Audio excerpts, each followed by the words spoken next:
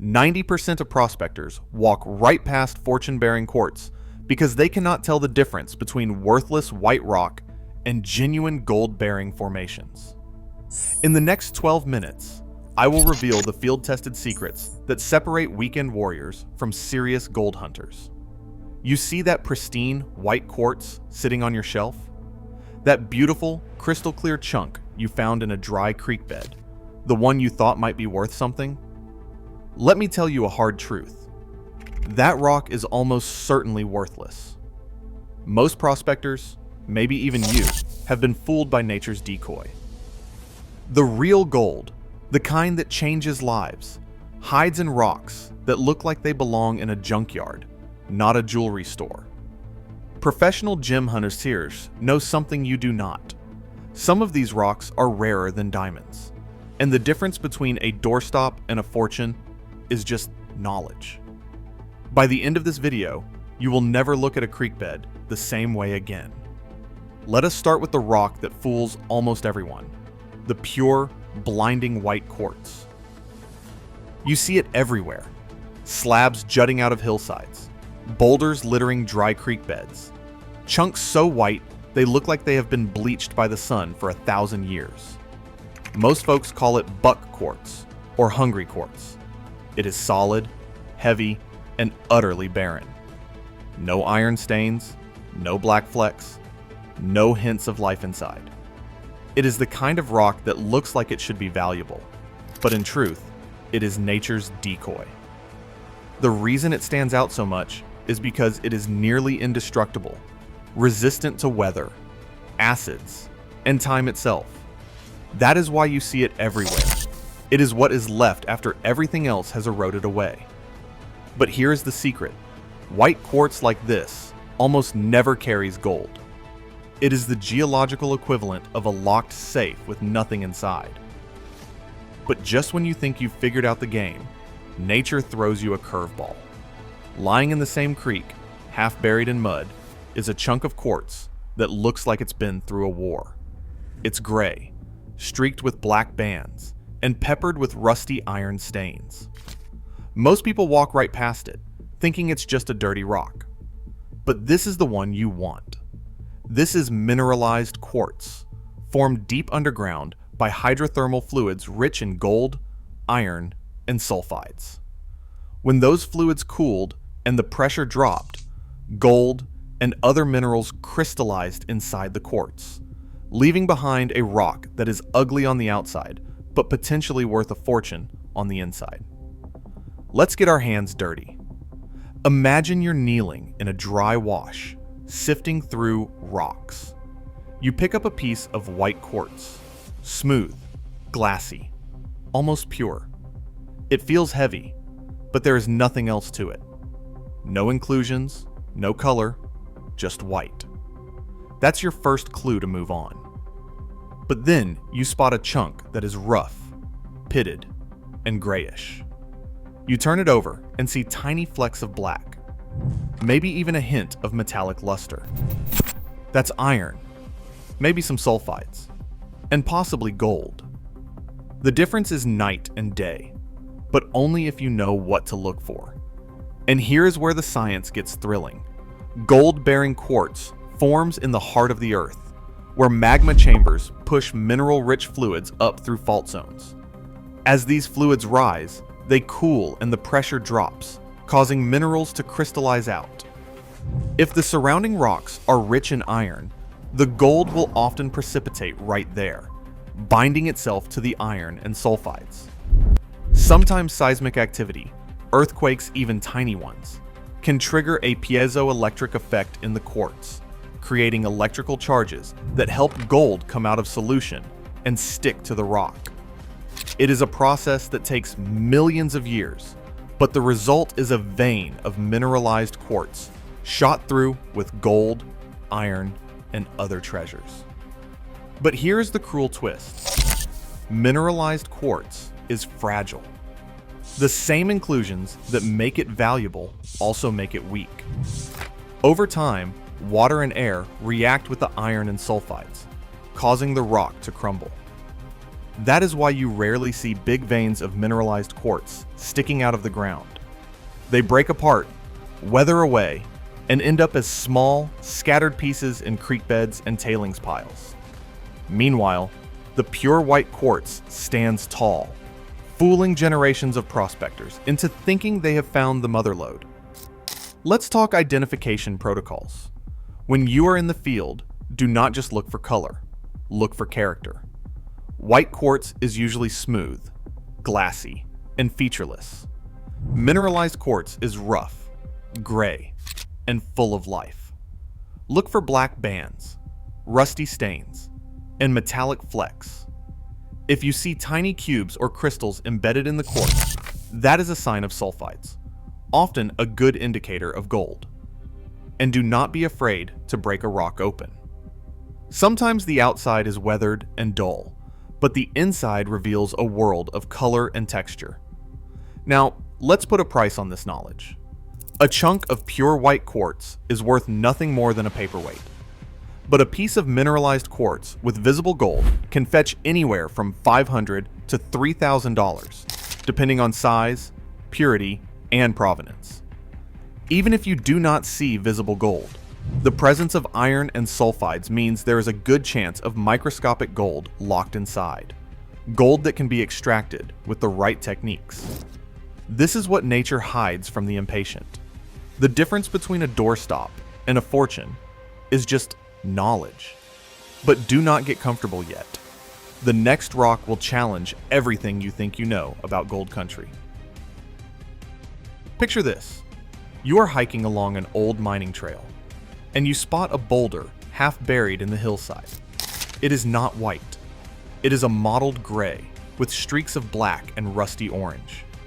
You chip off a piece and see tiny brassy cubes glinting in the sunlight. That is pyrite, also known as fool's gold. But here's the twist. Pyrite often forms alongside real gold in mineralized quartz veins. If you see pyrite, there is a good chance gold is nearby. The two minerals are geological cousins, born from the same hydrothermal processes. The presence of pyrite means the fluids that formed the vein were rich in sulfur and iron, exactly the conditions needed for gold to precipitate out. So, how do you tell if you have got the real thing? Start with the basics. Pyrite is hard and brittle, with a metallic luster and a pale brass color. Gold is soft, malleable, and a deep, rich yellow. If you scratch pyrite with a knife, it will crumble. Gold will bend. But the real secret is in the company they keep. If you find pyrite in gray, mineralized quartz, you are in the right neighborhood. Don't throw it away. Test it, crush it, and pan the finds. You might be surprised at what you find. And here is your call to action. If you want more field-tested locations and insider protocols, subscribe right now. I reveal the spots and the science that most prospectors will never share. Let us keep moving. The next rock is a master of disguise. You are walking a dry creek, and you spot a chunk of quartz that looks like it is burned. It is dark gray, almost black, with streaks of rusty red. You break it open and see a network of tiny veins running through the rock, some white, some yellow, some almost green. This is what geologists call brecciated quartz, a rock that has been shattered and cemented back together by mineral-rich fluids. Each vein is a record of a different mineralizing event, and the more complex the pattern, the higher the chance of gold. The presence of multiple colors means multiple episodes of fluid flow, each bringing new minerals to the party. If you see this kind of rock, pay attention. It is a geological diary, and every page could hold a secret. The identification protocol here is all about pattern recognition. Look for angular fragments, sharp edges, and a mosaic of colors. The more chaotic the rock, the more likely it has been through multiple mineralizing events. And that means more chances for gold to be trapped inside. Value. A good specimen can fetch $1,000 or more, especially if it shows visible gold or rare minerals. This is the kind of rock that rewards patience and curiosity. Nature does not give up her secrets easily, but she leaves clues for those who know how to read them. You're deep in the bush, miles from the nearest road, and you stumble across a pile of broken quartz at the base of a cliff. The pieces are small, jagged, and stained with iron. You pick one up and notice a faint metallic sheen, almost like a whisper of gold. This is float, pieces of mineralized quartz that have broken off a hidden vein and been carried downhill by erosion. Float is the prospector's bread and butter. It is the trail of breadcrumbs that leads to the source. The trick is to follow the float uphill, testing each piece for mineralization until you find the vein itself. The identification protocol here is all about context. Look at the landscape. Is the float concentrated in a gully or spread out across a hillside? Are the pieces getting bigger or smaller as you move uphill? The goal is to trace the float back to its source, a process that can take hours, days, or even weeks. But the payoff is worth it. Find the vein, and you could be looking at a six-figure discovery. This is the thrill of the hunt, the moment when knowledge, patience, and luck come together. The crown jewel is still to come. Let me tell you a story. In 2019, a man in Western Australia was hiking an old goldfield when he spotted a chunk of quartz half buried in the dirt. It was ugly, gray, pitted, and streaked with iron. Most people would have walked right past it, but he picked it up, broke it open, and found a vein of gold running through the center. That single rock was later valued at over $30,000. The secret was simple. He knew what to look for. He was not fooled by white quartz or flashy pyrite. He was looking for mineralization, iron stains, sulfides, and the telltale signs of hydrothermal activity. The identification protocol for the crown jewel is simple but demanding. Look for rocks that tell a story, multiple colors, complex patterns, and signs of chemical reaction. Test for specific gravity. A gold-bearing rock will feel heavier than it looks. Use a hand lens to search for tiny flecks of gold or sulfides.